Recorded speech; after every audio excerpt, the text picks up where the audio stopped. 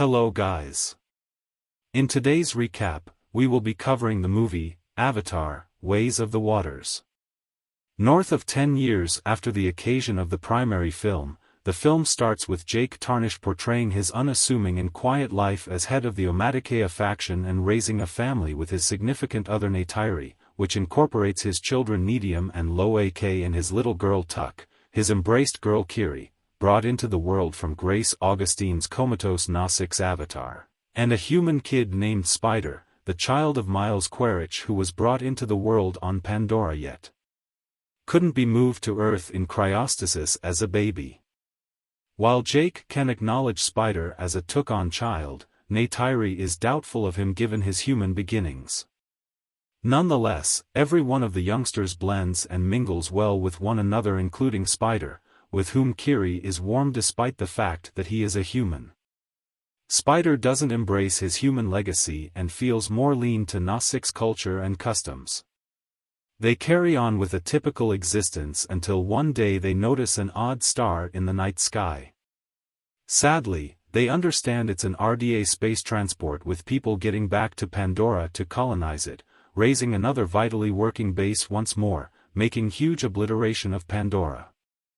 Among the fresh debuts in the boat is Colonel Quaritch, who has been cloned into a Na-6 body and with his recollections transferred from before his passing. Accordingly, Quaritch can't recall his end because of Jake yet is simply ready to remember the occasions before and his wrathful mission to take out Jake. To keep the RDA from taking advantage of Pandora once more, Jake drives an essential guerrilla activity against the RDA supply lines, debilitating them. In one of the tasks, Lo-Ak, who ignores Needium and is anxious to show what he can do as a Na-6 hero, attempts to help Jake in the fight but is injured. Jake protects and trains him to not imperil his own well-being by being wild. That evening, while at the same time keeping an eye on his injuries, Neytiri serenely reminds Jake to be not excessively severe with Lo-Ak, to which Jake communicates his anxiety as a dad for the security of his youngsters. In the interim, the retaliatory strike on the RDA supply lines doesn't agree with Quaritch, who starts a pursuit mission to kill Jake. During a perky endeavor, Jake's kids alongside Spider investigate further into the rainforest. Unbeknownst to them, Quaritch and his group are in the area investigating the site where Quaritch finds his human remaining parts. A perceptive Lo-Ak sees their presence and rapidly illuminates Jake. A clash follows and Quaritch's crew catches Jake's youngsters. Jake and Neytiri show up in time and free a large portion of them, yet Spider is taken by Quaritch, who remembers him as his child. On board the boat, the RDA attempts to constrain data about Jake from Spider, who rejects it. In the evolving system, Quaritch tends to Spider as his child and furthermore to make sense of more about the Na-6 in return for his opportunity on his side. In spite of the fact that unagreeable and ignorant about Quaritch's genuine mission, Spider shows Quaritch Na-6 culture. Quaritch is additionally effectively ready to tame an Ikran flying animal as his vehicle. Realizing the risk Spider's information on his whereabouts stances to their security and furthermore to stay away from another fiasco, Jake persuades a hesitant Neytiri and his family to oust themselves from the Omaticaya group and retreat toward the eastern seaboard of Metkayina, a coral reef island whose faction and way of life is adjusted to Pandora's oceanic territory. Jake gives his central mantle to his replacement and passes it on altogether to Metkayina. Once showed up, they are welcomed by the group boss Tanawari and his better half Ronald, who is dubious of them at first. In any case, Jake makes sense of their circumstance and they are consented to remain and be given cover. Despite the fact that a few tribesmen disparage Jake and his youngsters for their hereditary human legacy, the family learns the methods of the reef individuals, gaining an appreciation of them. Kiri is captivated by the oceanic existence of Metkayina and fosters an otherworldly bond with the ocean and its animals, while Lo-Ak gets to know Cijay, the girl of tribe boss Tanawari, and his better half Ronald.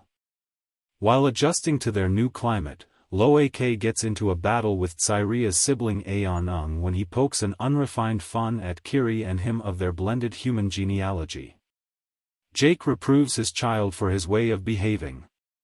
At Jake's demand, Lo-ak gets back to apologize to Aonung and his companions. Notwithstanding, they captivate him to an excursion into the region of a hazardous ocean hunter, the Akula, and leave him abandoned in vengeance. The Akula attempts to go after Lo-ak. In any case, Lo-ak is saved by and becomes friends with Payakan, a Tulkun, a Savi and pacifistic cetacean species whom the Metkayina think about their profound family. Lo-ak can speak with Payakan through marking and eliminates an old spearhead from the monster's right balance.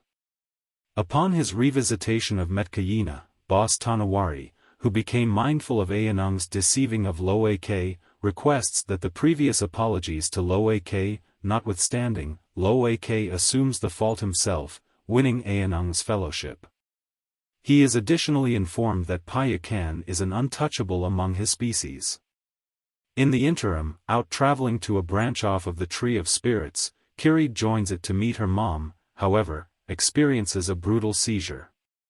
She is mended by Ronald, yet when Jake calls Norm Spellman and Max Patel for help, Quaritch can follow them to the archipelago where the reef individuals reside.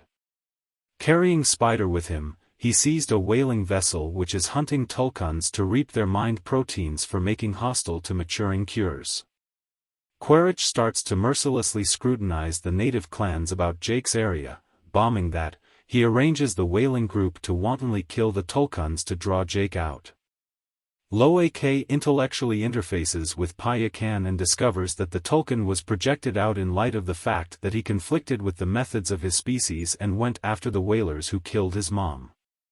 When the Metkayina learns of the Tulkun butchers, Lo-ak takes off to caution Payakan, trailed by his kin, Cijay, and Aonung. They find Payakan being pursued by the whalers, and Lo-ak, Kiri, and Tuk are caught by Quaritch. With their youngsters in harm's way, Jake, Neytiri, and the Metkayina set off on a mission to defy the people. Quaritch powers Jake to give up, yet seeing his spirit sibling endangered, Payakan assaults the whalers, setting off a battle that kills the greater part of the team and basically harms the vessel, making it sink. Nedium salvages Lo-ak and Spider, yet is lethally shot. Jake faces Quaritch, who involves Kiri as a prisoner. At the point when Neytiri does likewise with Spider, Quaritch at first denies his child, however, stops when Neytiri cuts Spider on the chest. Jake, Quaritch, Neytiri, and Tuk end up caught inside the sinking vessel. Jake chokes Quaritch into obviousness and is safeguarded by Lo-ak and Payakan, and Kiri brings ocean animals to help her save Neytiri and Tuk. Spider finds and saves Quaritch, however, he passes on him because of his brutality towards the Nausics and putting his objective to kill Jake's family over being his dad and turning into a decent man, driving him back to rejoin Jake's loved ones. After Nedium's burial service, Jake and his family choose to for all time stay with the Metkayina. Thanks so much for watching till this point. Like this video and click the subscribe button to subscribe to this channel for more videos.